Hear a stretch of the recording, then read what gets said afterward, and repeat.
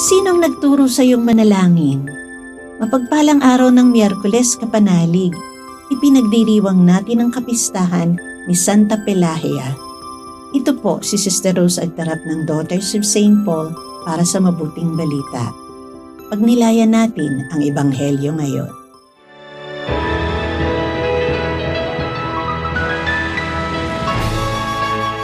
Isang araw, nananalangin si Jesus sa isang lugar at pagkatapos niya sinabi sa kanya ng isa sa kanyang mga alagad, Panginoon, turuan mo kaming manalangin kung papaanong tinuruan ni Juan ang kanyang mga alagad.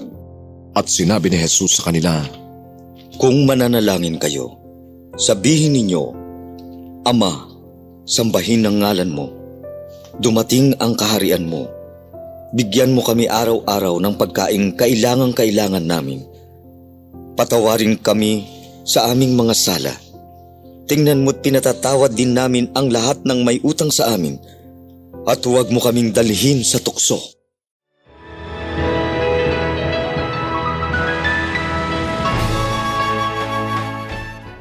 Matibay na sandigan ang mayamang buhay panalangin, hindi lamang sa oras ng tagumpay at saya, kundi lalo na sa mga panahong ang bigat-bigat na mga pasanin natin.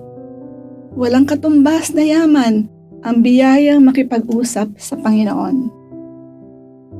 Sino nagturo sa iyo manalangin, kapanalig? Na-influence ako ng prayer life ng aking lola, ina at mga tiyahin. Madalas ko nakikita nag-rosaryo sina mami, nagnonovena at hindi pumapalya pagsimba pag-araw ng linggo. Pero labis tumatak sa akin ang dasal ng lola ko. Simpleng dasal sa umaga at sa gabi na hanggang ngayon ay dinarasal namin ng aking mga kapatid at pamilya. May isa pang gawain ng lola ko na nung una hindi maintindihan ng mura akong isip. Sa anumang balitang matanggap niya, masaya man o malungkot, ang unang katagang lumalabas sa bibig niya ay, Salamat sa Diyos. Isip-isip ko, bakit laging salamat sa Diyos? Nadapa si Toto, o nasiraan ng sasakyan si Pepe, o napaaway si Maning. Later on, I realized, it was her prayer too. She is thanking God for everything, good or bad. Hindi nag-aral sa exclusive Catholic school ang lola ko, pero tumatak sa puso ko ang kanyang simpleng panalangin. Fast forward, inaya ko ang mga apo ko na magdasal. Mga 5 years old sila noon. Eagerly lumuhod sila sa harap ng altar, nag-atanda at ang sabi, Bless us, O Lord, and these thy gifts which we are about to receive from thy bounty, through Christ our Lord. Amen. Natawa ako, pero hindi ko pinahalata. Hindi ko rin pinuna. Hinayaan ko na lang at baka mapahiya. Pero nung nag-iisa na ako, naisip ko, oo nga, bakit hindi? Di ba dapat nagpapasalamat sa lahat ng grasya, sa lahat ng oras, at di lamang bago kumain? Karugtong ito ng salamat sa Diyos ni Inay. Salamat, Inay. Ikaw ang unang nagturo sa akin na laging magpasalamat, kahit anuman ang mangyari.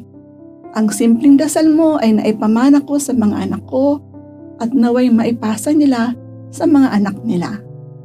Manalangin tayo ng dasal ni Inay. Salamat po sa inyo, Panginoon naming Diyos. Sinapit po kami ng mahal na umaga. Sapitin po naman ng mahal na gabi. Walang sakit, karamdaman ng katawan. Kaparis ng dati, marunong magsilbi. Una po sa inyo, pangalawa sa aming mga magulang. Amen. Mga kapanalig, maraming salamat po sa inyong suporta sa aming misyon, lalong-lalo na sa mga donors at sponsors ng programang ito.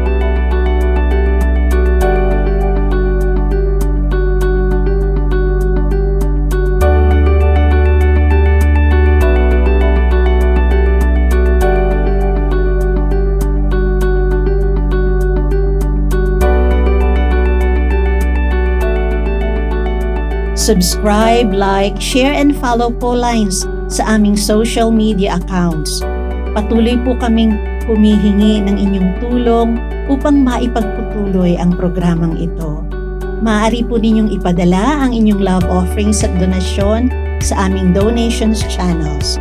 Makakaasa po kayo na kasamang lagi ang inyong mga intensyon at kahilingan sa aming panalangin araw-araw.